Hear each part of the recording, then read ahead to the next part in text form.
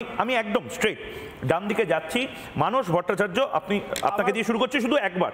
আপনি কি রিভার্ট করছেন? 1 মিনিট সময়, তারপরে 3 মিনিট পাবেন। তৌশিকদা যা বললেন সেই পরিপ্রেক্ষিতে আমি বলছি, তৌশিকদা আগের যে 95 অ্যাক্ট থেকে আমি বলছি, section number 5, 4, 5, 6, section number 8, section number 40, section number 85, সেখানে বলা হচ্ছিল যে কোনো ল্যান্ড ওয়াকফ বোর্ড দাবি করতে পারে উইদাউট এনি পেপারস, কিন্তু ইউ হ্যাভ টু প্রুভ, যদি রিপাবলিক বাংলা স্টুডিওটা দাবি করে ওয়াকফ বোর্ড, তোমাকে প্রমাণ করতে হবে যে এটা ওয়াকফ বোর্ডের সম্পত্তি নয়।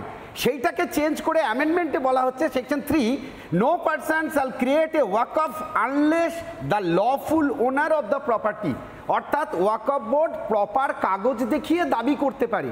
এখানে অন্যায়টা কোথায় হয়েছে? আপনি যেটা বললেন যে উইদাউট পেপার এতদিন ওয়াকফ বোর্ড দাবি করতে পারতো যে কোনো সম্পত্তি, সেটা সেকশনেই বলা ছিল, এবং সেখানে বলা ছিল যেগুলো ধরুন একটা ঈদগাহ দীর্ঘদিন ধরে নামাজ পড়ছে, যেটা ব্যাঙ্গালোরে হয়েছে, হঠাৎ করে সেটা কোনো পেপারস ওয়াকফ বোর্ডের ছিল না, যেটা থেকে ঝামেলাটা সূত্রপাত। তারা বলেছে যেহেতু আমরা এটা দীর্ঘদিন ধরে ব্যবহার করছি, এটা আমাদের কোনো পেপারস নেই।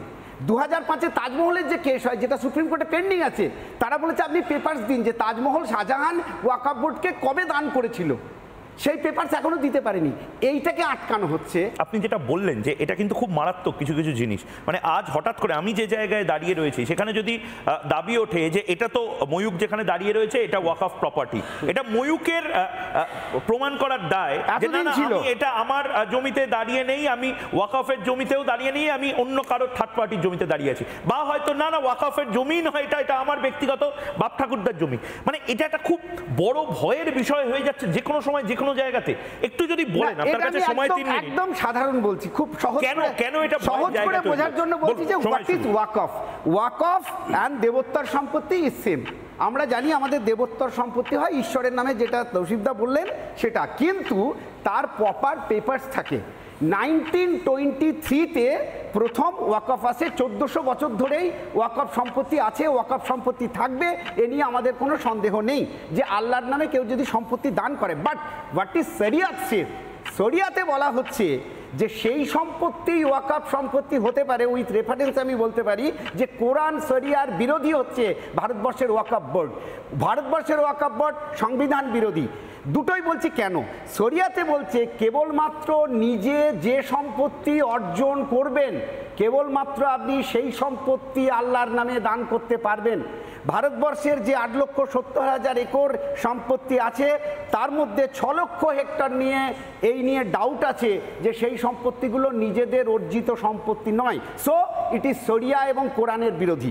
সেকেন্ডলি হচ্ছে সংবিধান, আমাদের ভারতবর্ষের কনস্টিটিউশন বলছে সেকশন 27 যে শুধুমাত্র ধর্মের আধারে কোনো বোর্ড গঠন হতে পারে না, যার ফলে দেবোত্তর সম্পত্তি হিন্দুদের কোনো বোর্ড নেই, শিখদের কোনো বোর্ড নেই, বৌদ্ধদের কোনো বোর্ড নেই, সম্পূর্ণভাবে সংবিধান বিরোধীভাবে ওয়াকফ বোর্ড গঠন করা হয়েছে।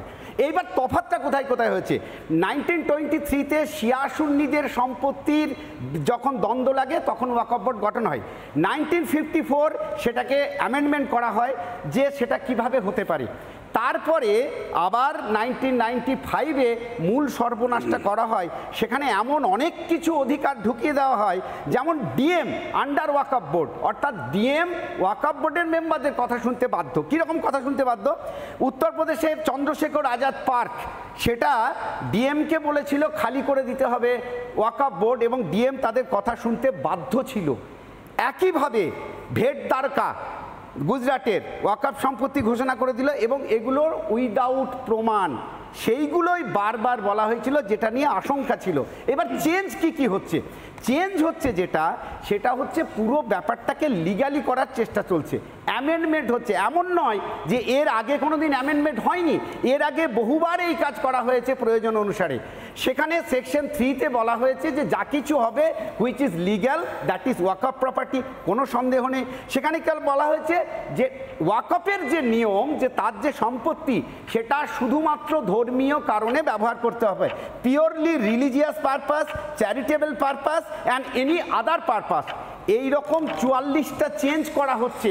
আমি অত্যন্ত দায়িত্ব নিয়ে বলছি, এর ফলে গরিব মুসলমানদের কোনো ক্ষতি হবে না, বরঞ্চ যেসব গরিব মুসলমানের সম্পত্তি ওয়াকফ বোর্ডের ল্যান্ড মাফিয়ারা দখল করে রেখেছে সেগুলো তারা ফেরত পাবেন, জোর করে দখল করে নেয় যারা, এবং প্রত্যেকটা পয়েন্ট ধরে ধরে করা হয়েছে। এইগুলো থেকে বোঝা যাবে যে এইটা আরও আগে দরকার ছিল, যে ওয়াকফ বোর্ড যা খুশি করতে পারে না, কারণ ভারতবর্ষে আইন আছে, ভারতবর্ষে সংবিধান আছে, সেটা মেনে চলতে হবে, এবং 44টা পরিবর্তন আনা হচ্ছে। সুতরাং এই 44টা পরিবর্তনের মধ্যে একটাও এমন কিছু নেই যেটা ইসলাম ধর্মের, ইসলাম সমাজের ক্ষতি করতে পারে। বেশ, সময় শেষ। আমি একদম সরাসরি কংগ্রেস মুখপাত্র চন্দনদার কাছে যাব। চন্দনদা, ভারতবর্ষের এরকম যদি একটা রিফর্মের দরকার হয়, কংগ্রেস কেন ঝামেলা করছে? কংগ্রেস কেন বলছে যে ওয়াক আউট করবে? আমি তো ইনফ্যাক্ট দেখছি তৃণমূল কংগ্রেস একই লাইন নিচ্ছে। আপনার সময় শুরু। না, আমি সকলকে ধন্যবাদ। প্রথমে তার কারণ হচ্ছে এমন একটি প্রসঙ্গ তুমি বেছেছো যেটা ভেরি রেলিভেন্ট এই মুহূর্তে আলোচনা করবার জন্য। ময়ূক, আমি তোমাকে ব্যক্তিগতভাবে পছন্দ করি, এটাও আমার জানাবার দরকার এই কারণে, যদি কখনো মনে হয় তুমি আমাকে চেস করবে, সরাসরি করবে, যেটা তুমি শুরু করেছিলে, ধোঁয়াশা রাখবে না মানুষের কাছে, সো দ্যাট এই প্রোগ্রামটা যেন মানুষের কাছে একটা স্বচ্ছতার বার্তা হয়ে দাঁড়ায়। আমি কয়েকটা রেকটিফাই করে, এটা হতে পারে তথ্যগত কিছু রেকটিফাই যা আমি শুনলাম সেটা করে আমি শুরু করি। ভারতবর্ষের সবথেকে বড় ট্রাস্টের নাম কিন্তু ক্যাথলিক চার্চ অফ ইন্ডিয়া, অর্থাৎ ল্যান্ড অকুপেশনের যদি সবথেকে বড় কোনো ট্রাস্ট, এটাও কিন্তু ধর্মীয় নামে। আমি নির্দিষ্টভাবে কোনো ধর্মের কথা বলবো না। তুমি জানো যে দলটিতে আমি রিপ্রেজেন্ট করছি সেই দলটি সেকুলার, এবং সেই দলটিতে খ্রিস্টান, বৌদ্ধ, শিখ, ইসাই, মুসলিম সবাই সমান, হিন্দু তো অবশ্যই, মানে ক্যাথলিক সংগঠনের সবচেয়ে বেশি জমি আছে, সব থেকে বেশি। তুমি দেখে নিও বিভিন্ন ট্রাস্ট এরিয়াকে তুমি যদি অ্যাসেম্বল করো, যেটা তৌসিফ বললেন, হিন্দু এন্ডোমেন্ট যে ট্রাস্ট, তার জমির পরিমাণটাও কিন্তু 10,04,025 অলমোস্ট এরকম একটি এন্ডোমেন্ট ট্রাস্ট অকুপেশন আছে বিভিন্ন ক্ষেত্রে মিলে।